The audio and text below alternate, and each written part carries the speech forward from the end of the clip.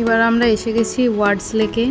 ওয়ার্ডস লেকের ভেতর কোনোভাবেই ভিডিও ফটোগ্রাফি কিছুই করতে পারিনি, কারণ ওই দিন 15 আগস্ট ছিল, প্রচণ্ড ভিড় ছিল, যার কারণে আমরা ভিতরে আর ঢুকিনি। ওটা জাস্ট একটা ঝিল টাইপের আর চারপাশে পার্ক। আর ওর বাইরেই ছিল এরকম স্ট্রিট ফুড বিক্রি হচ্ছিল, কর্ন, মোমো, যেগুলো দেখে আমাদের তো খিদে প্রচণ্ডই পেয়েছিল আর আমরা ভীষণ এক্সাইটেড হয়ে পড়েছিলাম। এই যে আমরা কিনে নিয়েছি কর্ন মাখা, খেতে খুবই ভালো ছিল, ভীষণ টেস্টি। দেন আমরা নিয়েছিলাম ঝোল মোমো। সবাই দেখুন কতটা খিদে পেয়েছে, সবাইকে দেখলেই বুঝতে পারবে। সবাই অপেক্ষা করে আছে কার কখন লাইন আসবে আর মোমো টেস্ট করতে পারবো।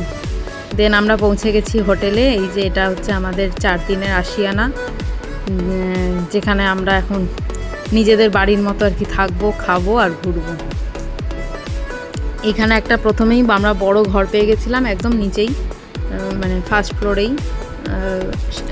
এখানে আমি, আমার বান্ধবী, আমার হাজব্যান্ড, বান্ধবীর বর আর একজন দাদা আর আমার মেয়ে, এই কজন ছিলাম আমরা এই ঘরে। আর আদার্স ঘরে বাকিরা সবাই শেয়ার করে করে ছিল। টোটাল আমরা 12 জন গেছিলাম। যে সে ঘর পেয়ে অ্যাট লাস্ট ভাবছে যে ট্রেন, গাড়ি সব জায়গায় ঘুরে ঘুরে এরা আমায় ঘরে একটা এনে দিয়েছে। ঘর দেখে খুব খুশি। আর টিভি দেখেই তো খালি বলছে এবার জনি জনি চালাও। ও টিভি দেখতে পেয়ে আরও খুশি, ভাবছে এটা আবার অন্যরকম কোন বাড়িতে নিয়ে এলো আমাকে মা বাবা।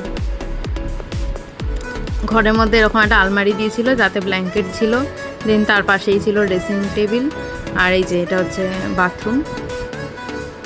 ভীষণই এক্সস্টেড আমরা, তো আমাদের তো ইগনোরই করো। এই যে সন্ধেবেলা দেন সবাই চান করে ফ্রেশ হয়ে চা আর স্ন্যাক্স খেতে বসে গেছি। সবার একদম মুড ফ্রেশ হয়ে গেছে, চান টান করে মনে হচ্ছে এবার আমরা মানে আগামী ট্রিপে কি এনজয় করব না করব, সারাদিন কেমন গেল না গেল সব চলছে। আর ওই পাশে আমার মেয়েকে মধ্যমণি করে চারপাশে সবাই করছিল গল্প। দেন ওখানে তাড়াতাড়ি ডিনার সার্ভ করে দিয়েছিল, মোটামুটি 9টার মধ্যে ওখানে ডিনার সার্ভ করে দিত, বা মানে বাফেট টাইপে করে দিত। আমরা যে যার মতো নিজে নিয়ে খেতাম, যে ভাত খাবে ভাত, যে রুটি খাবে রুটি। স্যালাড ছিল, সব রকম স্যালাডই ছিল। খাবার দাবার নো ডাউট ভীষণ ভালো ছিল। এরকম আলু ভাজা ছিল ভাতের সাথে।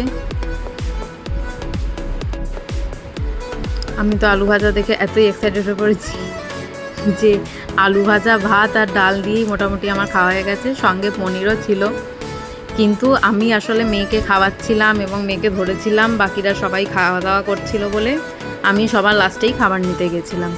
তার জন্য পনির আমি খুঁজেই পাচ্ছিলাম না। সবাইকে তাই বলছিলাম যে সবাই এমনই পনির শেষ করে দিয়েছো, আমি আর পনির দেখতেই পাচ্ছি না, আমি কি খাবো।